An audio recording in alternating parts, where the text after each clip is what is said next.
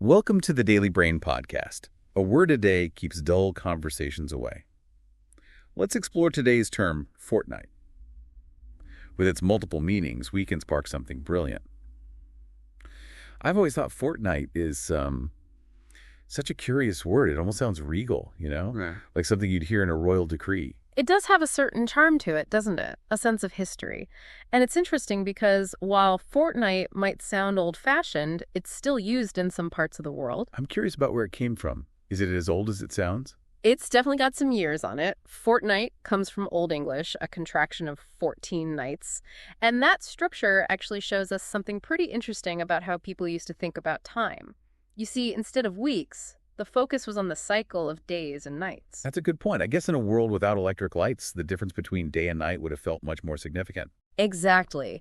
And this different way of thinking about time is reflected in the language itself. So instead of saying, see you in 2 weeks, it would have been, see you in a fortnight. It's a small change, but it shows how differently people experienced the world back then. Now that you mention it, I do remember seeing fortnight in classic literature. It definitely adds something to the writing. For sure. Authors like Charles Dickens used fortnight on purpose to capture a specific time and place. Like in A Tale of Two Cities, he uses it when he's talking about traveling between London and Paris. It really highlights the slower pace of travel back in the 18th century. So fortnight isn't just about those 2 weeks, right? It's about the sense of time and distance that comes with it. Exactly. And this nuanced usage is found in more than just literature. Think about legal terms like fortnightly payments, which are still used today in some places, or historical references to fortnightly markets. Those show a time when communities were centered around these regular gatherings. So fortnight is kind of like a linguistic time capsule. It carries echoes of different ways of life and perceptions of time. That's a great way to put it. It might not be as common in everyday American English, but it's still important in British English and other areas. It's a word that's connected centuries and cultures. I wonder why this word has stayed around while others have disappeared. Is there something special about fortnight? That's a really interesting question. I think it has something to do with the power of language to evoke specific feelings and images. Fortnight has a sense of history, a touch of elegance, even a little bit of mystery in a way that 2 weeks just doesn't. It's kind of like choosing a vintage record player instead of just streaming music. Both play music, but the experience is completely different. You got it. And that actually leads us to a question for you, the listener. What does fortnight make you think of? Is it charming, old-fashioned, or a bit much? And how often do you see or hear this word? You might be surprised where it pops up now that you're thinking about it. Maybe you'll even want to try using fortnight in your own conversations and see what happens. Now, I'm wondering about the practical side of fortnight, beyond the history and literature. Does it have any use in the modern world? Or is it mostly just in specific areas, like law or specialized fields? That's a great question. It's true that fortnight might not be something everyone uses every day, especially in America. But it still has a place in certain jobs and cultures. For example, I've heard it used when people talk about finances, payment schedules, or investment cycles. You're absolutely right. Fortnightly payments are still pretty normal in certain industries and countries, especially those connected to the British system. And, in some academic fields, especially those dealing with history or literature, fortnight might be used to keep things accurate to the time period they are studying. So it's not a completely outdated word. It still exists in today's world, just maybe in a more specific way. Exactly. And this actually shows how language changes. Words can evolve and adapt to different situations. Sometimes they gain new shades of meaning while keeping their historical roots. It's almost like they're telling a story, a journey through time. They reflect how our language and understanding of the world have changed. That's beautifully put, and it's good to remember that language is alive. It's constantly being shaped and reshaped by the people who use it. That makes me wonder, could trying to revive words like fortnight actually improve our language and thinking, especially in a world that's so digital? Could it help us reconnect with a different way of life, a different way of understanding time? That is a really fascinating question. Maybe bringing back words like fortnight can bring a little bit of poetry and history back into our daily conversations. And maybe, just maybe, it could help us appreciate all the little differences in language and how those differences shape the way we see the world around us. Speaking of nuances, let's shift gears a little bit and look at how fortnight is used in different English-speaking cultures. You mentioned it's more common in British English, but how does its use vary across other regions? That's a great point. I'm curious if it still means 14 nights in all those places, or if it's taken on different meanings over time. That's where things get really interesting. While fortnight always refers to a 2-week period, how often it's used and in what context can change quite a bit. For example, in Australia and New Zealand, it's way more common than in American English. You'll hear it in everyday conversations and on the news. I've heard that in some regions, fortnight doesn't just mean a specific length of time, but it also implies something regular or routine. So instead of saying bi-weekly meetings, they might say fortnightly meetings. You're exactly right. It's a subtle difference, but an important one. It shows how fortnight can create a feeling of rhythm or predictability, like a recurring beat in time. I wonder if this different usage also reflects how cultures think about time and planning. That's a really interesting thought. It's possible that cultures where fortnight is more common have a different relationship with time. Maybe they see it as more cyclical or less hurried than cultures where it's less used. Now, for our listeners who might be thinking, why should I care about this word fortnight? It really comes down to this. Language is a powerful tool. It shapes the way we think, how we talk to each other, and even how we see the world. Exactly. And when we expand our vocabulary, when we rediscover words like fortnight, we're not just learning new words, we're opening up new ways of thinking and expressing ourselves. It's like adding new colors to our palette. Right? Totally is. It lets us paint richer and more interesting pictures with our words. Perfectly said. And who knows, maybe by bringing back these forgotten words, we can rediscover some of the poetry and depth that we often lose in our busy digital world. It's amazing how much history and culture can be packed into just one word, don't you think? I know, right? And speaking of history, it makes me think about all the different ways people have measured time throughout history. I mean, we're so used to weeks now. But that wasn't always the case. That's true. The 7-day week, as we know it, actually comes from ancient civilizations. It has roots in Babylonian astronomy and Jewish tradition. It wasn't really a widespread thing in Western culture until the Roman Empire adopted it.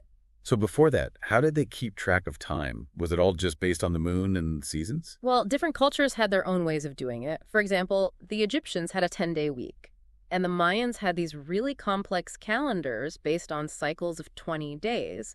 But the idea of a fortnight seems to be connected to the cycles of the moon. That makes sense. 14 days is about the time between a new moon and a full moon. Back then, the moon would have been a much more important way to mark time. Exactly. And this connection to the moon's cycles adds even more meaning to fortnight. It's not just about 2 weeks, it's about a natural rhythm, a connection to the universe. It's kind of poetic, isn't it? Instead Right. of just saying 2 weeks, we have this word that brings to mind moonlight, ocean tides, the flow of time. It's like a glimpse into a different way of seeing the world. You said it perfectly. It makes you wonder what other words or phrases we've lost over time that might have similar connections to the natural world. You mentioned earlier that fortnight is still used in some professional contexts, like finance. Are there any other surprising places where we might find this word in today's world? You might be surprised to know that fortnight is still used in some sporting events, especially those that originated in the British Commonwealth. For instance, Wimbledon, that famous tennis tournament, still traditionally lasts for a fortnight. Oh, that's right. I forgot about that. And I've heard fortnight used when they talk about cricket matches, which can last a really long time. Exactly. So even in our modern world of instant everything, fortnight still hangs on in places where tradition and a sense of history are important. It's a reminder that language is always changing, but it also carries pieces of the past with it, like little threads connecting us to different times and cultures. I love how you put that. And for our listeners, I encourage you to pay attention to the language you see and hear every day. You might be surprised by the words and phrases that have survived. Each one has its own unique story and cultural background. That's such a good point. It's like a treasure hunt, finding these hidden linguistic gems.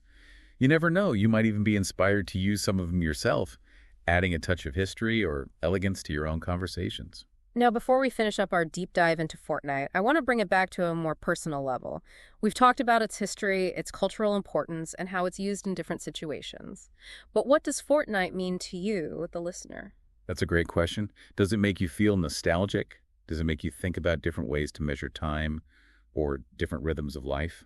Or maybe it makes you want to explore other words and phrases that have been forgotten but might have hidden depths and meanings. Whatever your reaction is, I think we can all agree that Fortnite is more than just a word.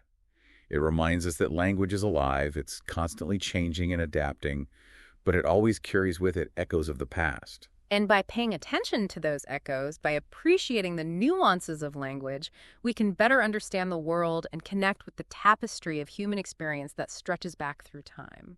That's such a beautiful thought. And on that note, I want to thank you for joining us on this deep dive into Fortnite. We hope you've learned something new, felt your curiosity sparked, and maybe even feel inspired to use this charming word yourself. It's funny, as we've been talking about Fortnite, it's made me realize how much our sense of time has changed over the years. Like, today, everything feels so fast. We're always dealing with information, deadlines, expectations. It's true. We live in a time where we want everything right away, and it's all available instantly. You can easily start to feel like you're racing against time, always playing catch-up. Yeah, and in that kind of world, the idea of measuring time in Fortnite seems almost old-fashioned, like something from a slower, simpler time. I think you're right. It makes you wonder if maybe by bringing back words like fortnight, we could also find a way to reconnect with a slower pace of life, a different way of experiencing time. It's kind of like taking the time to enjoy a home-cooked meal instead of just grabbing fast food. They both fill you up, but the experience is completely different. That's a great way to put it. Maybe by embracing these slower words, we can create little breaks from the constant flood of information and stimulation. And maybe, just maybe, it could help us appreciate the simpler things a little more. The changing seasons, the rhythm of day and night, the way things happen gradually. Now, for those of you listening who are thinking, okay, but how do I actually use Fortnite in my everyday life? Start small. Try using it in a conversation this week and see what happens. Yeah, it could be a fun way to get people curious, to get them thinking about language and how it's changed over time. And who knows, maybe you'll even get someone else to start using this cool word. And as you go through your week, pay attention to how you experience time. Are there times when you feel rushed? Times when you feel like you have more space? Can you picture yourself measuring time in fortnights instead of weeks? How would that change the way you think about things, your plans, your sense of anticipation? It's an interesting thought, isn't it? And maybe just by being aware of these different ways of seeing time, we can find a little more balance in our lives, a little more room to breathe and just be present. So, to wrap things up, as we finish our deep dive into Fortnite, we want to leave you with this. Embrace those slower words. Enjoy each moment, and let yourself experience time in all its richness and complexity. And remember, language is a powerful tool. Use it wisely, use it playfully, and don't be afraid to sprinkle a bit of history and poetry into your everyday conversations. Thanks for listening to the Daily Brain Podcast. We'll catch you next time.